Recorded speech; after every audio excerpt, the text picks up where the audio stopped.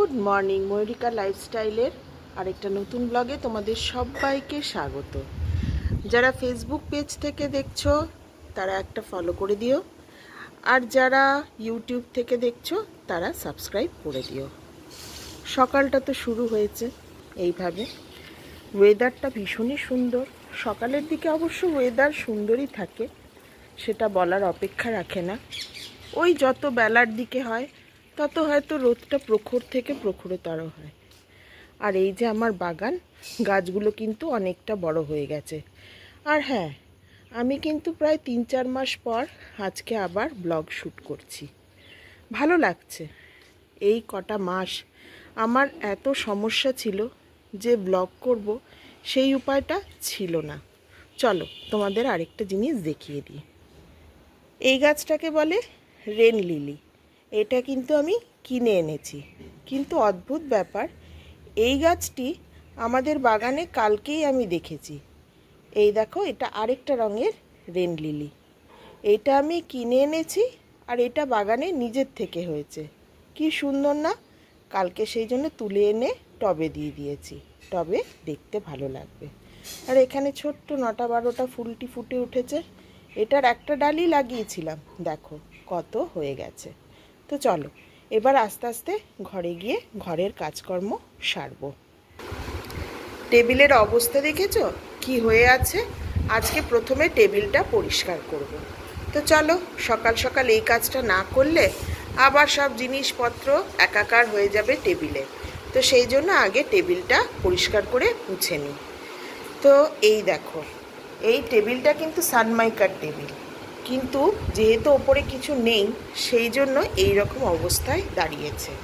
ভাবছি table cover যেগুলো আছে, যেটা আর কি ওই চিটিয়ে দেওয়া, সেটা কেনার ইচ্ছা আছে। দেখা যাক কি করতে পারি। এবার দেখো, পরিষ্কার লাগছে না? হ্যাঁ, এবার টেবিলটা পরিষ্কার লাগছে। আসলে হয় কি বলো তো, গরম জিনিসপত্র এনে এই টেবিলের ওপরে রাখা হয়, যার ফলে এই অবস্থা হয়েছে। রান্নার মধ্যে আজকে সেরকম কিছু হবে না, কারণ দিদি সোনোগ্রাফি করতে যাবে। সেই জন্য আজকে আমি সবার রান্নাই একসাথে করে দেব। তো কি রান্না করব এখনো পর্যন্ত ঠিক করিনি। চলে এলো আমার ব্রেকফাস্ট। আজকে সবচেয়ে শর্ট ব্রেকফাস্ট। এইগুলো হচ্ছে যেদিন তোমার ব্রেকফাস্ট করতে মানে রান্না করতে ইচ্ছা করবে না, সেদিনকার ব্রেকফাস্ট হচ্ছে এই জোড়াতালি ব্রেকফাস্ট। তো সেই জোড়াতালি দিয়ে আজকের সানডেটা করব, কারণ অনেক কিছু কাজকর্ম আছে। আর বলেছিলাম না কি রান্না হবে, ওই দেখো ডিম রাখা আছে, আর টক দই আছে, আর ওইখানে আছে চিকেন। সেটা পরে তোমাদের দেখিয়ে দেবো। চিকেনের কষা করব, কারণ রবিবারটায় যদি চিকেন না করা হয় না, মনে হয় একটা আধুরা আধুরা ভাব, কিছুই করলাম না, তাই না? সেই জন্য নামে মাত্র চিকেন হলেও যাতে বলতে পারি যে চিকেন হয়েছে। আগে তো আমরা ছোটোবেলায় মাটন খেতাম, রবিবার মানেই প্রত্যেকের বাড়িতে মাটন হতোই। শুধু আমাদের বাড়ি না, প্রত্যেকের বাড়িতে মাটনটা হতোই, কারণ তখন চিকেনটা হচ্ছে, তখন বরঞ্চ চিকেনটা বিয়ে বাড়িতে খাওয়ানো হতো। কিন্তু এখন প্রত্যেকেরই শরীরের দিকে বেশি কনসাস হয়ে গেছে বলে চিকেনটাই হয়, মাটনটা খুবই কম হয়। ডাক্তারদের কাছে গেলেও ডাক্তাররা বলে ফার্স্টেই মাটনটা বন্ধ করে দেয়। তো এই হচ্ছে আজকে ব্রেকফাস্ট। তো চলো আবার কিছুক্ষণ পরে তোমাদের সাথে কথা বলছি। দেখো, আকাশ পুরো ঢেকে গেছে মেঘে। এই যে রোদ আর ছায়ার খেলা চলতে থাকে প্রতিদিন। কি যে করব মাঝে মাঝে ভেবে পাই না। জামাগুলো তো দিলাম, কিন্তু শুকোবে কখন ভগবানই জানে আজকে। তো চলো রান্নাটা তোমাদের দেখিয়ে দিই। এখানে ডিম বসিয়ে দিয়েছি, আর এই যে চিকেন ম্যারিনেট করে রেখে দিয়েছি।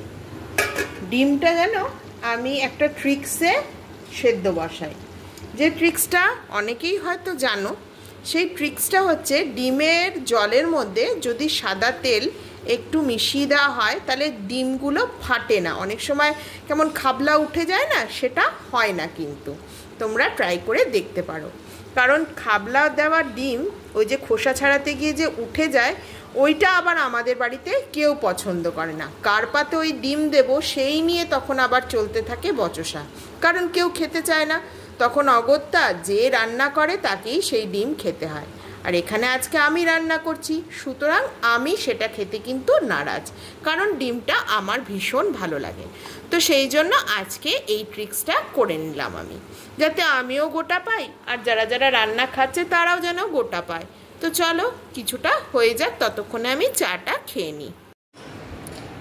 এই দেখো রসুন পেঁয়াজ কেটে রেখেছি, আর এবার দেখি আদা কোথায় আছে। ও হ্যাঁ, এই দেখো ডিমটাতে হলুদ আর নুন মাখিয়ে রেখেছি। আদা আদা আদা, এই যে আদা, আর দেখি ডিমের জন্য পেঁয়াজ।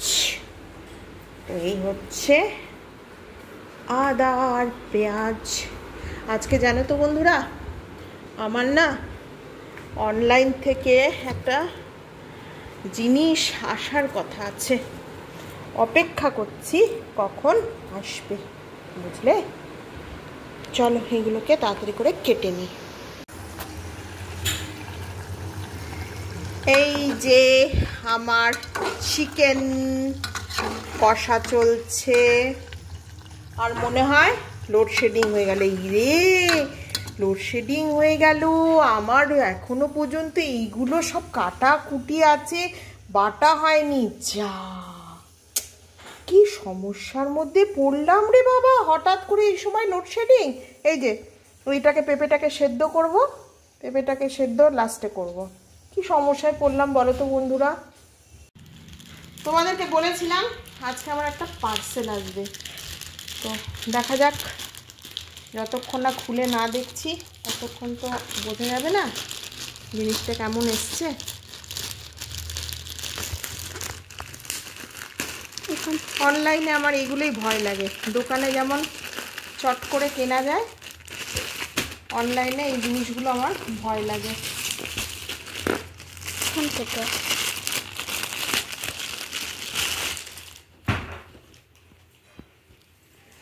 এসছে, কালারটা একটু ডিফারেন্ট এসছে, জানি না রাখবো কিনা, কালারটা ডিফারেন্ট এসছে একটু। তো চলো আবার পরে তোমাদের সাথে কথা বলছি।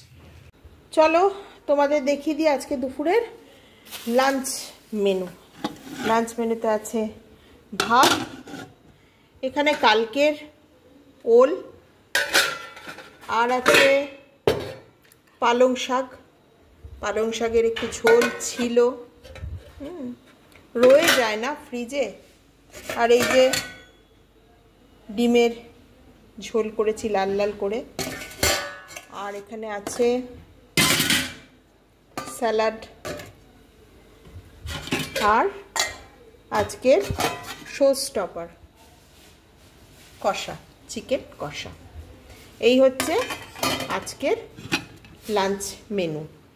আর যে শাড়িটা এসছিল সেই শাড়িটা আমার মেটেরিয়ালটা পছন্দ হয়নি, এই জন্য আমি অনলাইনে কোনো কিছুই কিনতে চাই না। বাট এইটা দূর থেকে ভালো লেগেছিল বলে আমার ওই ফোনের আলোতে যতটুকুনি ভালো লাগা সেরকম ভালো লেগেছিল, তো সেই জন্যেই অর্ডারটা দিয়েছিলাম। বাট ওটা আমি ক্যান্সেল করে দেবো, মানে ক্যান্সেল না, ওটা আমি রিটার্ন করে দেবো, জানানোও হয়ে গেছে ওদের। তো বাইরের অবস্থাটা দেখো, বেশ হাওয়াটা দিচ্ছে, ভালো লাগছে, আর আকাশটা বড্ড সুন্দর। দেখো ভাদ্র মাসে ঠিক এরকমই আকাশ দেখা যায়, তাই না? আর সেপ্টেম্বর মাসটা তো আজকে যেহেতু 1 সেপ্টেম্বর, সেই জন্য মনের মধ্যে একটা বেশ পুজো পুজো ফিলিংস আসছে, তাই না? আর তো এক মাস দেখতে দেখতে কেটে যাবে। তো চলো এবার স্নান টান করে তোমাদের সাথে কথা বলছি। আমার স্নান কমপ্লিট হয়ে গেছে, আর ব্লগটা বড় করব না, কি মেনু তোমাদের সাথে শেয়ার করলাম। যদি ব্লগটা পছন্দ হয় তাহলে অতি অবশ্যই একটা লাইক করে দিও। তাহলে আজকের মতো এতটুকুনি, আবার দেখা হচ্ছে কালকে। ততক্ষণের জন্য টাটা, আর সবাই খুব ভালো থেকো।